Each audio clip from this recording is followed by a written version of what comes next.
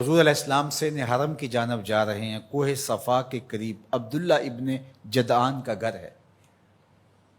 قریب سے گزرے تو آگے سے ابو جہل آ رہا ہے۔ حضور علیہ السلام کو جب اس نے دیکھا تو بدتمیزی شروع کر دی۔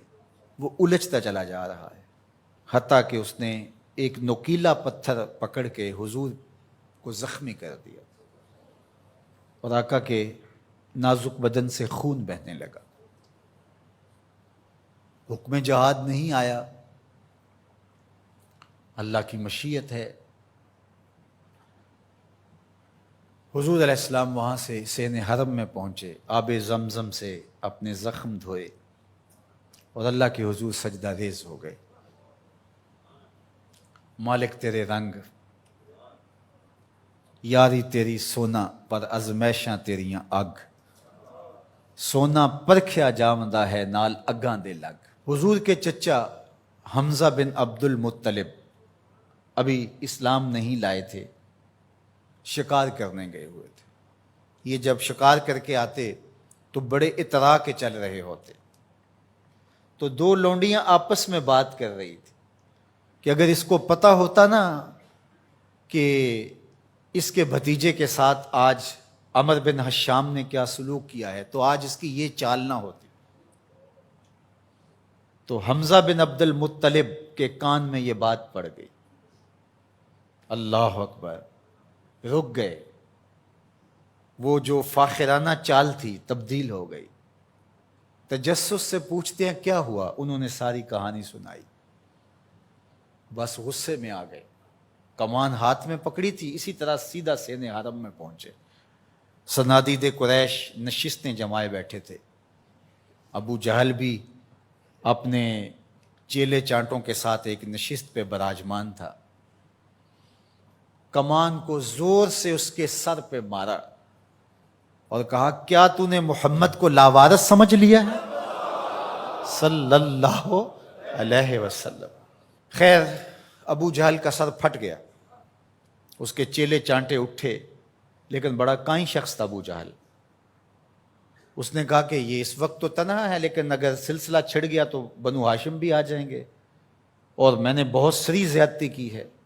اس نے کہا بس بس بس چھوڑ دو، مجھ سے کچھ ہو گیا تھا۔ اب حضرت امیر حمزہ حضور کو تلاش کرنے لگے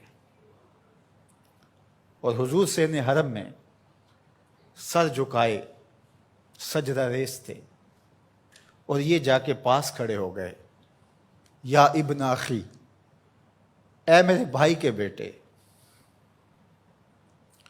حضور نے سر نہیں اٹھایا۔ پھر انہوں نے کہا یا ابن اخی، اے میرے بھائی کے بیٹے۔ حضور پھر سجدے میں سر رکھ کے رو رہے ہیں۔ پھر انہیں تیسری مرتبہ کہا یا ابن اخی، اے میرے بھائی کے بیٹے۔ حضور سجدہ ریز ہے۔ میاں صاحب فرماتے ہیں اسی کسے دے کچھ نہیں لگ دے تے نہ کوئی ساڈا دردی۔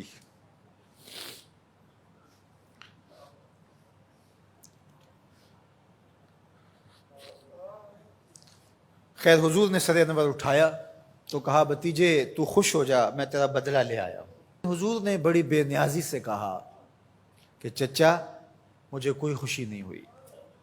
کہا میں اتنے بڑے سورما کا سر پھاڑ آیا ہوں۔ کہا مجھے کوئی خوشی نہیں ہوئی۔ بخت یاوری کر رہا تھا۔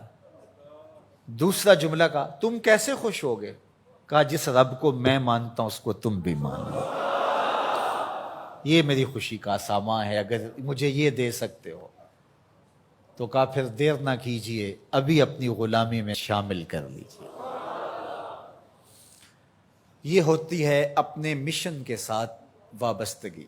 ہم اپنے چھوٹے چھوٹے سطحی مفادات کی وجہ سے کتنے بڑے دینی نقصان کر دیتے ہیں، اور ہم جان رہے ہوتے ہیں کہ میری اس ذات سے یہ نقصان ہو رہا ہے، لیکن ہمارا نفس اتنا بڑا ہوتا ہے۔